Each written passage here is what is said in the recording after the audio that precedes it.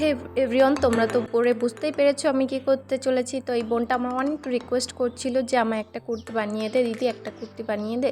তো ওর একটা পিস ছিল প্লাজো, সেইটা কেটেই আমাকে কুর্তি বানাতে হলো। তো দেখো ভীষণ হাস্যকর একটা বিষয় ছিল, প্লাজো থেকে একটা কেটে মিডি বানিয়েছিল, সেটা দিয়ে আবার কুর্তি বানাতে বলছে। তো যেই বলা সেই কাজ বসে পড়েছি, দাগটা কেটে এই যে কাটছিলাম। তো মাসিটাকে বলেছে, মাসি তুমি একটু কেটে দাও না, কারণ কাউচিটা নতুন ছিল, হাতে লাগছিল।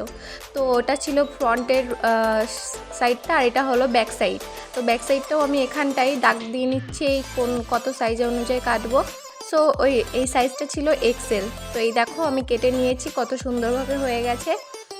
তো এই দেখো এই পিছনের সাইডটাও আমি কেটে নিয়েছি, দেখতে পাচ্ছ। তো এবার দেখো আরও কী করি, তোমরা সাথে থাকো। এবং আর হ্যাঁ, আমার চ্যানেলটাকে সাবস্ক্রাইব এবং ফেসবুক পেজ থেকে দেখে থাকলে অবশ্যই ফলো করে দিও, কেমন।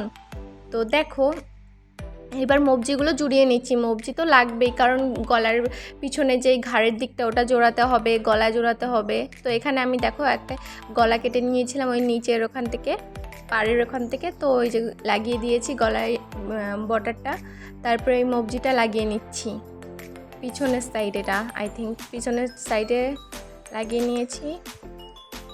আর এদিকে গলার এদিকেও মবজি লাগিয়ে নেব। সামনে দিয়েই লাগাতে হবে, কিন্তু এটা ঠিক করে মাথায় ঢুকিয়ে নেবে। সামনে দিয়ে মবজিটা এইভাবে লাগিয়ে তারপরে এই দেখো এইভাবে যাবে, যাতে ওটা ভিতরে চলে যায়। ঠিক আছে, দেখতে থাকো তোমরা, আর এইভাবে ট্রাই করবে, অবশ্যই ভালো হবে। আমিও লাইফে ফার্স্ট টাইম ওর জন্য বানিয়ে দিলাম।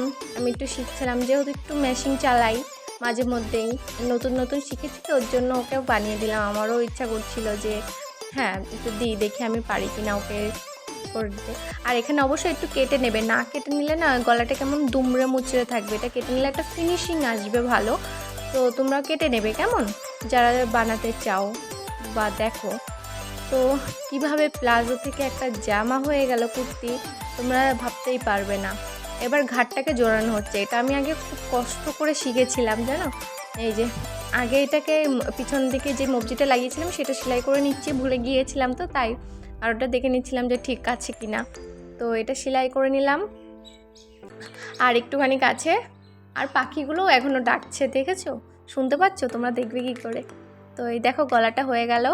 এবারে ঘাড়ের সাথে গলাটা জোড়াবো, পিছন সাইড মানে যেটা কেটেছিলাম না দেখিয়েছি সেইটার সাথে এটা জোড়াবো। জোড়ায় তোমাদেরকে দেখাচ্ছি। তো এটা দেখো কিভাবে সেলাই করতে হয়, সোজা করে সেলাই করবে, আর গলা সাইডটা উপর থেকে দেবে কেমন, তাহলে ঠিক হবে। না হলে কিন্তু সেলাইটা ঠিক ফিনিশিং ভালো আসবে না, বুঝতে পারছো তো।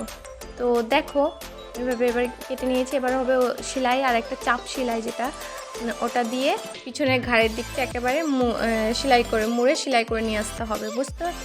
আর ঠিক আছে, তো দেখো এই দেখো এভাবে সেলাই করে নিতে হবে সবকটাই। কিন্তু এই মোড়াটানোটাই হলো ইম্পর্টেন্ট, একটু ঠিক করে এটা যদি মোড়াতে পারো তো তোমাদের সেলাইটা খুব ভালো হবে।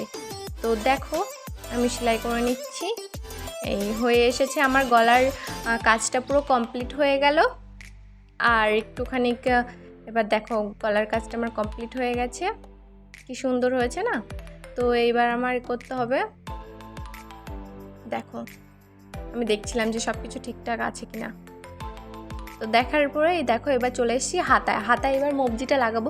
যেহেতু কাপড় একটু কম ছিল ওর জন্য আর হাতা লাগানো হয়নি, তার জন্য ওকে স্লিপলেসই করে দিলাম, তবু অনেকটা চওড়াই ছিল।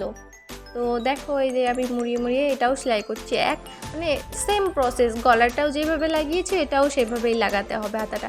এভাবে সেলাই করার পরে এই দেখো লাগানোর পরে এই যে পেছন দিয়ে সেলাই করে হাতাটা কমপ্লিট হয়ে যাচ্ছে। তো দেখো এবার পরের হাতাটাও আমি লাগিয়ে নেব একে একে। লাগানো হয়ে গেছে, এবার নিচের ডাউনগুলো সেলাই করে নিচ্ছি। ডাউনও তো সেলাই করতে হবে, নিচের যেগুলো খোলা রয়েছে, নাহলে তো একটা কুর্তির শেপ আসবে না, তাই না। তো দেখো একে একে সব কিছু করে নিচ্ছি, বাট বানানোর পরে ভালোই লাগছিলো, কেউ বলতেই পারবে না এটা প্যান্ট ছিল, সত্যি বলছি কেউ বলতেই পারবে না। আর ও পরেছিল তখন তো তোমরা তো দেখলেই কত সুন্দর লাগছে। তো দেখো, আর এখানে অবশ্যই চাপ সেলাই দিয়ে নেবে, না হলে না খুলে যাবে।